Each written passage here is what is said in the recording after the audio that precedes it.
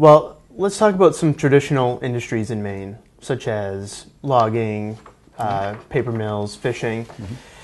They've been struggling for some time now, at least my entire life. I'm from a mill town, and I've seen jobs go away, people go away, my whole entire life. Is it too late to save these sorts of industries?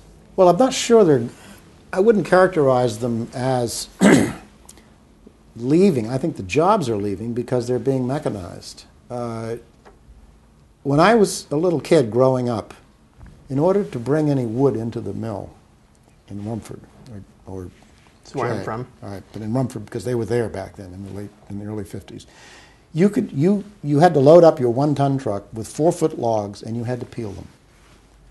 And the amount of labor that went into producing that wood, I mean, it was pretty all but digested before they got it to the mill. Right.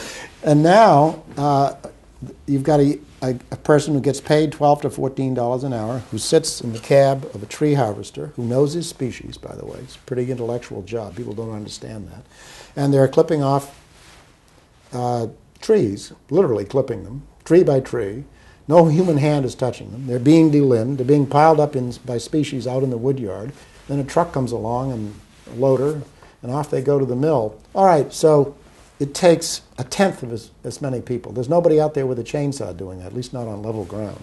So you wind up, yes, we've lost a lot of jobs out of the woods, but the trees are still there, and we're still producing a lot of paper and a lot of lumber out of the Maine woods. So we're losing, I don't know what we're losing. We're not losing GDP, but we're losing jobs. That's correct. Same is true with shoes. I mean, New Balance is making shoes with fewer people now and more computerized stitching equipment and that sort of thing. So we need to move on.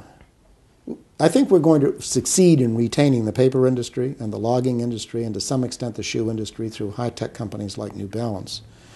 But what we need to do is to move on into other challenges in healthcare and finance. I was on the board, I am on the board of a group called First Park, which was an assembly of 24 towns that created this huge business park, really, up in Oakland, right off the 295, off I-95, rather. And we were successful in attracting T-Mobile to come to town. Now, there are 850 jobs. They pay $11, $12 an hour to start. They have health benefits and pension at 401k. So there are places, there are opportunities here. People have talked to me about using a paper mill site as a place where you could put a computer farm. Why? Because they have completely reliable electric power. They have a gated access to the general area. There's somebody there 24/7. And they have access to cooling equipment and that sort of thing. And it would be perfect to co-locate one of these massive computer farms, server farms, right, on the same site as a paper mill. It would work. And you could also do take the wood products that are coming into a paper mill and break up the wood into the components that the paper mill needs, namely the fiber, and use the lignin and the chemicals that come off the paper for refinery products. And you could do as we're presently doing with a number of the paper mills in Maine.